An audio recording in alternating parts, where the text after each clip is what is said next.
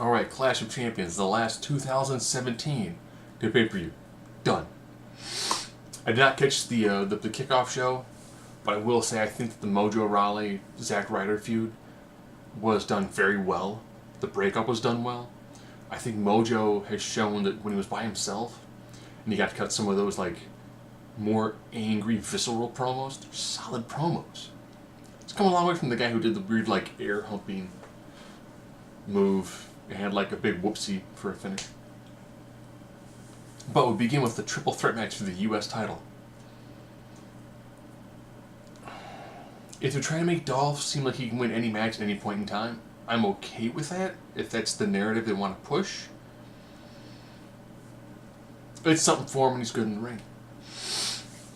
Baron Corbin looks solid in this. Bobby Roode looks solid in this. Dolph Ziggler looks solid. But you put three workhorses in a match, you get a match that's got good workhorse to it. I did like the finish. You know, seeing Baron going for an end of days on Bobby Roode but eating a zigzag from Ziggler. I liked it. I thought that worked well. I still can't tell if the finish was for Bobby Roode to take the end of days while Corbin took a zigzag, or just to kind of like fall on his butt. Beyond that, good opener. Crowd was hot for a lot of things. And then we go into the fatal four match for the tag belts. Rusev, stupid over. We got through all 12 days of Rusev Day. Got to day 13. Crowd's going, Rusev Day! Rusev Day! Rusev, big smile. He's like, dumb thing, over. That's his Kennedy. I mean, that's it. It's so dumb, but so over. And you like so elated, because you know what that word means now. So elated as it's going on. It was just great. All the tag teams came down. Usos were like, oh, I'm on Remix 12. Day 12, lock down. Day 11, lock down. And the crowd's going with it. And I was like, whoever would have thought that looking at how these teams are matched up, your only actual heel team is Gable and Benjamin. This match started with one person from each team in the match, which was unique, but you could tell they couldn't gel. It got kind of weird and sloppy. I think someone got an audible and went, yeah, this isn't working. What? Other teams? Yeah, you're out. What? You're out. We're doing this like a triple threat match, okay? Just, there were two teams. Just do spots where you're taken out on the outside of the ring and you just rest up. Just do one-on-one matches. As they start getting kind of close, the two guys who are out just come in and just... So they ran like a fatal four triple threat match. Like, you know, instead of having four guys in the ring trying to do things with the ref, just felt odd. The moment when Rusev seemed like he was going to win, and the crowd was going ballistic. Super kick party later, Usos retain. Great match. That match was just... They built the barn, they burned that sucker down, built another one, and then burned it just to be on the safe side. Great match. Whoever would have thought that the tag team of Aiden English and Rusev would be one of the most popular Rusev things, aside from Rusev and Lana when we first started. Great match. Lumberjill match. Charlotte versus the World. Let's spell from Naomi. Did a spot. The times they were like, huh. What's in the ring? Ha ha, Riot Squad beating you down. Ha ha. Tamina, Lana, Carmella beating you down. It worked well. For some strange reason, people get behind Charlotte when she's fighting against the odds. I don't get it. Charlotte works well when she's this severely dominant force of nature, because she's a big, strong, highly athletic woman. If any man has that exact same role, crowd hates them. But Charlotte has seemed to figure out how to do the whole, this is effectively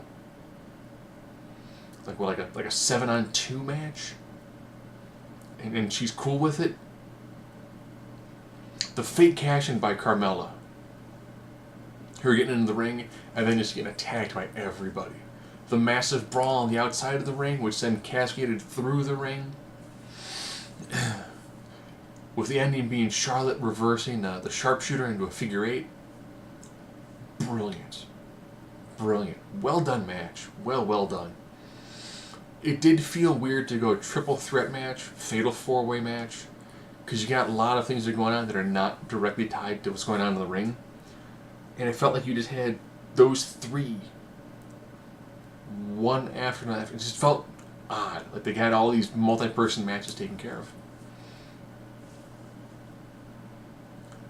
Breezango, the Fashion Popo, versus the Bludgeon Brothers. The longest Bludgeon Brothers match. I like how they actually, they tried to double team them.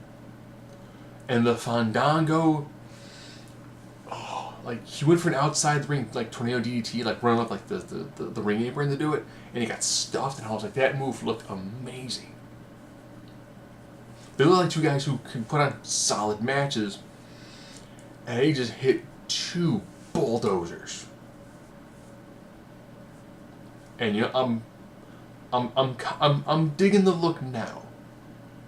It's better than the Ghostbusters spot. And like the barbecue stained tank top. I like the music. I think that since they had Sting, they're like, well, I've got this crow beat. Yeah, but who else can we do crows with? We license crow sound. Bludgeon Brothers? Crow. Does it make any sense to go with that? They're from the forest. Crows in a forest? That would leave? Because a murder of crows will fly away if they sense a more dangerous predator? Sure. I almost wish that they would have 2 finishers. That full Nelson, I hold him to help get him up for your 2-man sit-down powerbomb. Yes, that should totally be, I'm going to finish off like a lower tag team move. That should be one like I'm going to beat a jobber move. And then the 2-man Christmas powerbomb, that should be their big finisher. But they got through him and cut a promo on the ring. I'm like, this is solid. Dang, wait a minute. What's left on this card? That's all the belts. The tag match with Shane and Daniel Bryan as guest referees. Again, 4 workhorses. Put them in a match. Solid match. What really made this match very, very different, though, of course, had to be the odd dynamic between Shane and Daniel Bryan. First, I cut the ring in half. Then they went outside the ring and started demolishing everything. They're trying to go back in the ring. RKO. Shane down for the cover. 1, 2. Kevin Owens knocks Daniel Bryan on top of Shane. Shane quits the count. Daniel's like, I got pushed. So it stopped at the count. He's like, but it was done. We had defeated them. And then a little bit later, Sammy with a roll up.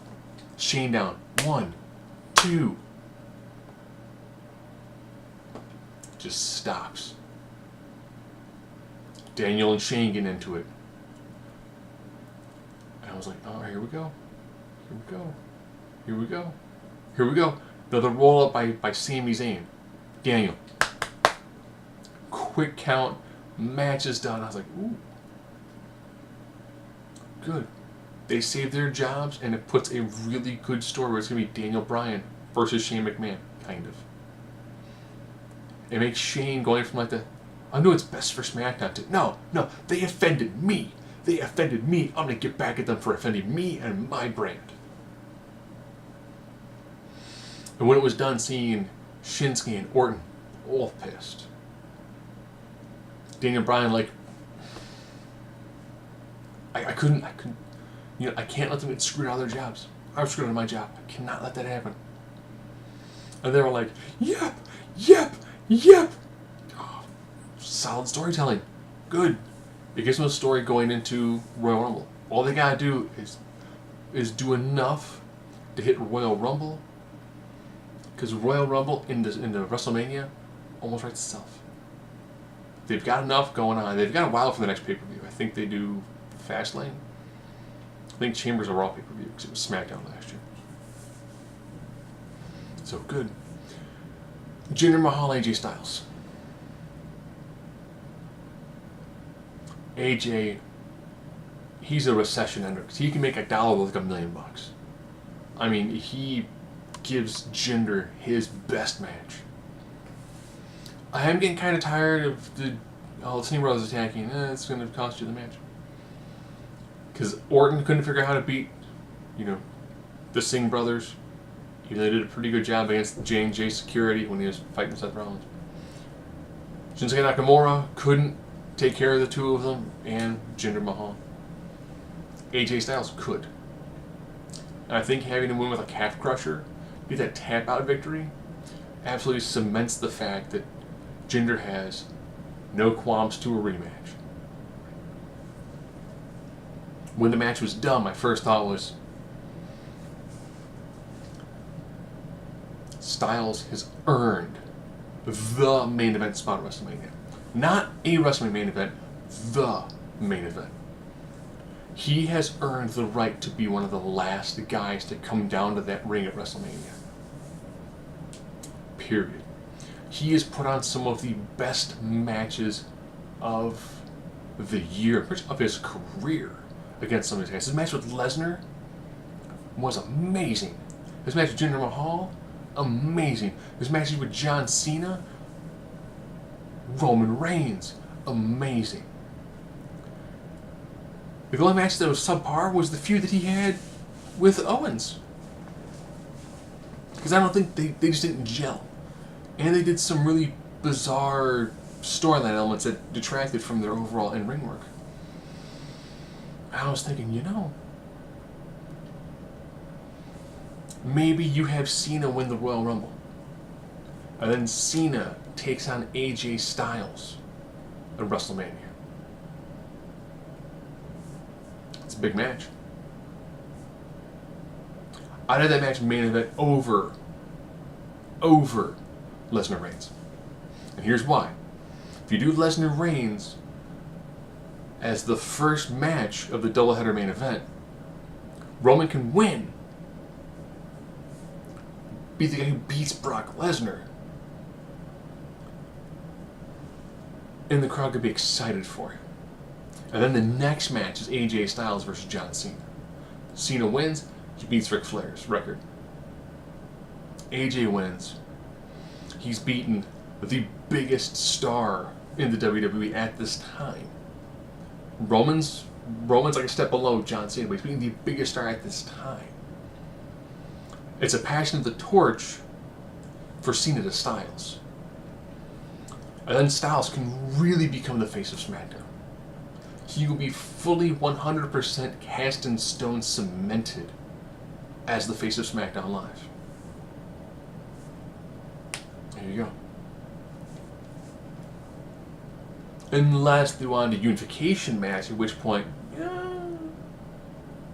Lesnar Styles 2 main eventing WrestleMania. Maybe to help sweeten the pot. Maybe before that. Maybe there's some dudes. Not dudes. Maybe there's some good brothers who might team up with a certain extraordinary man who does extraordinary things to soften Lesnar just enough so that AJ can dethrone him and become a unified champion. Maybe. Or maybe I'm just taking things a little bit too sweet.